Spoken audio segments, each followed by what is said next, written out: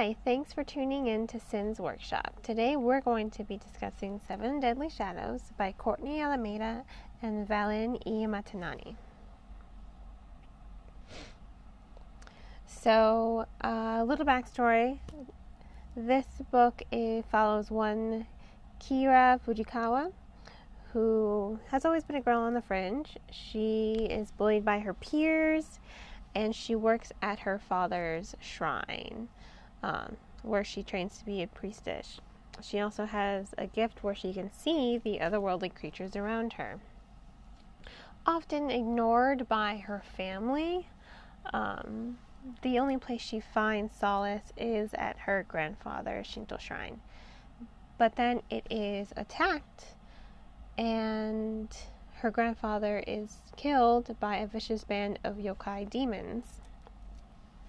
So this pushes Akira on a journey to find the shards of a mystical sword that can destroy the demon lord Shutenjoji, who wants to bring everlasting darkness upon the world.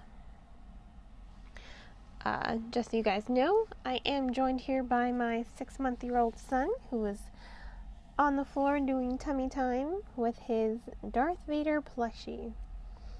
And he was looking at me like I'm a weirdo, because to him, I'm kind of just talking to air. Anyway, let's get back to the story. What I really found impressive of the story was the way the authors were able to capture Japanese mythology and Japanese folklore to tell the story. But it didn't come off as cheap. It didn't come off as just something you could watch on TV. It came off very authentically. It was a very honorable piece of work, how it incorporates the Shinigami into the story, and the yokai, and the kitsune. And that's what was very wonderful about the story. There's so much mythology going around. There's so much fantasy and otherworldliness to the story, but it's very grounded. It is very minimalist in a way, but it's still beautiful. The lyricalness of the language, the character structure of the yokai and the shinigami and the kitsune, and then the personal character growth of Akira, it all allows the story to just have this wonderful breath of fresh air. And it's not like the story just happens within a couple of days. There's a very long passage of time squeezed into such a short length. You know, the book is only 288 pages. But it feels longer than that. It feels richer than that. It feels like a long story, but that's not a bad thing. I know, usually if something feels too long, if you go to the movie, you're like, oh my god, how much longer? Like, oh my god, it's only been this. When I was reading this story and I got to the end, I was like, this was only 288 pages. It felt so much longer than that. Not that that's a bad thing. It was wonderful because I wanted more of it. I wanted more of this world, more of this otherworldliness. It just goes by so fast, and that's what makes it wonderful. Isn't that right, little man? Yes. And Akira herself, she's, there were times when she reminded me of Kagome from Inuyasha, because she's a schoolgirl thrust into this world of mysticism. She's traveling in the city with half-boy Kitsune, and she's looking for Shinigami. She needs 7 Shinigami, which is reminiscent of, 7 Samurai. The story is a sort of contemporary young adult version of that story. Instead of, a village, you've got the one girl who's seeking help from 7 beings. And when I was reading this novel, I did a little research on Shinigami and the yokai. And I think any book that encourages you to look into another's culture and background is always a good book, because it sparks your interest, it sparks your imagination. And that is what was so good about this novel.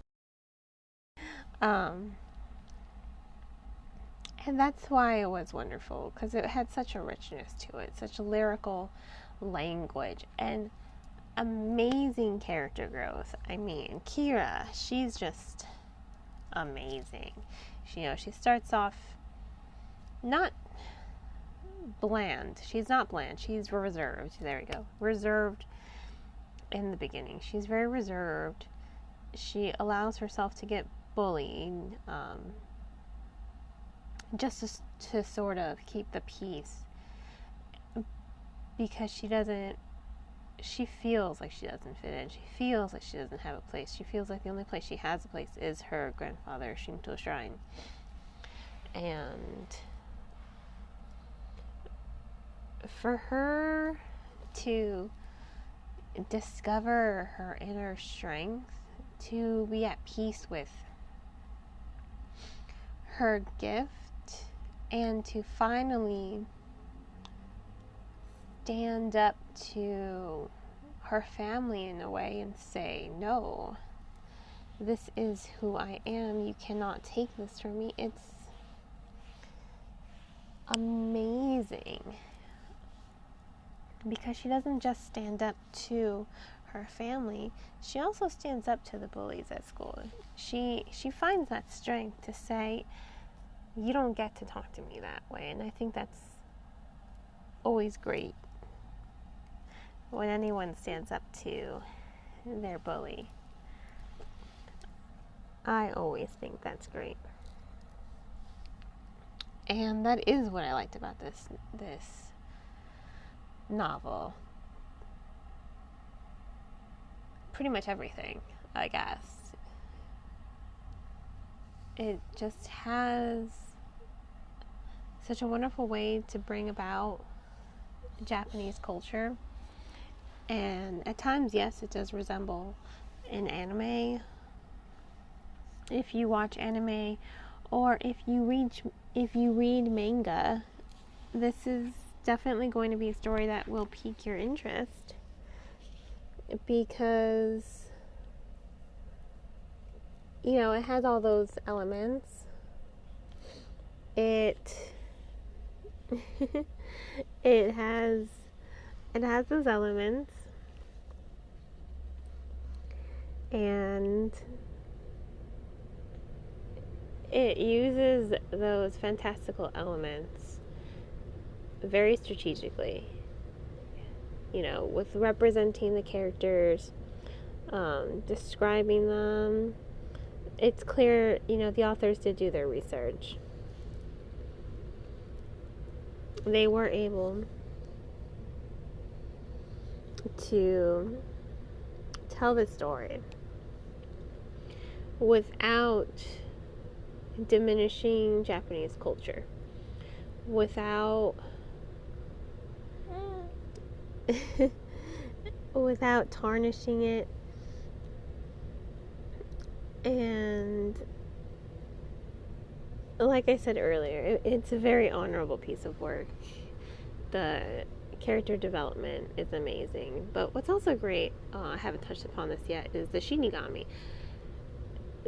They are all so different. You've got the stoic ones, you've got the snarky ones, you've got these gentle ones.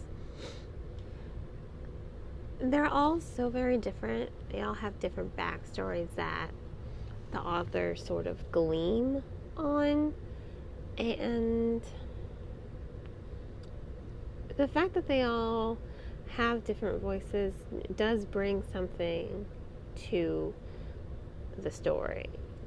Because Kira, they lend themselves to Kira's personal growth.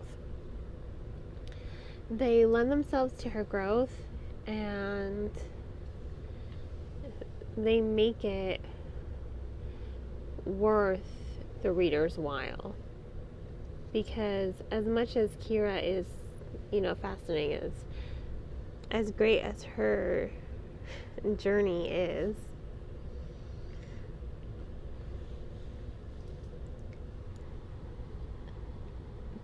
there's just something fresh, something new, something wonderful about the Shinigami. And nothing seems cliche. I can't seem to think of a single cliche in this novel, and I'm trying really hard, but I can't think of a single cliche. I'm sure maybe there was one, because there's always a cliche in some fashion in every novel, but it was probably a very minimal cliche, probably a phrase, nothing overarching, so no cliches. The romance the romance in the novel is kept to a minimum. It's not really essential to Kira's growth, and I think that's great how the characters didn't rely on a male figure to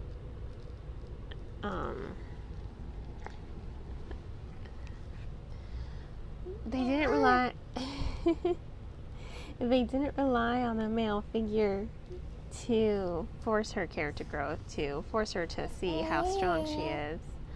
And I think my son would agree, don't you? I don't know if I've said this before, probably in my YouTube videos.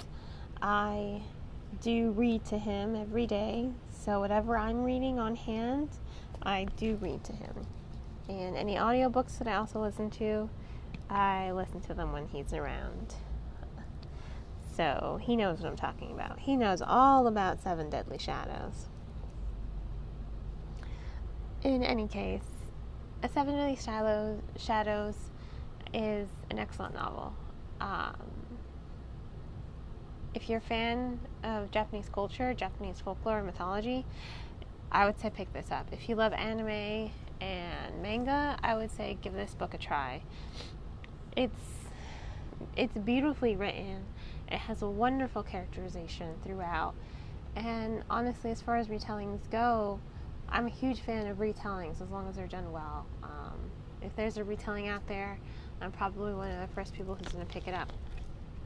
But to retell the classic Seven Samurai story in this way was very true to the original, while also still maintaining its own uniqueness and using the fantasy to drive the story forward, to utilize the culture in an honorable way, and to inspire interest in Japanese culture and folklore. So definitely go to your local bookstore or your local library and check it out, because Seven Deadly Shadows is definitely a novel worth picking up.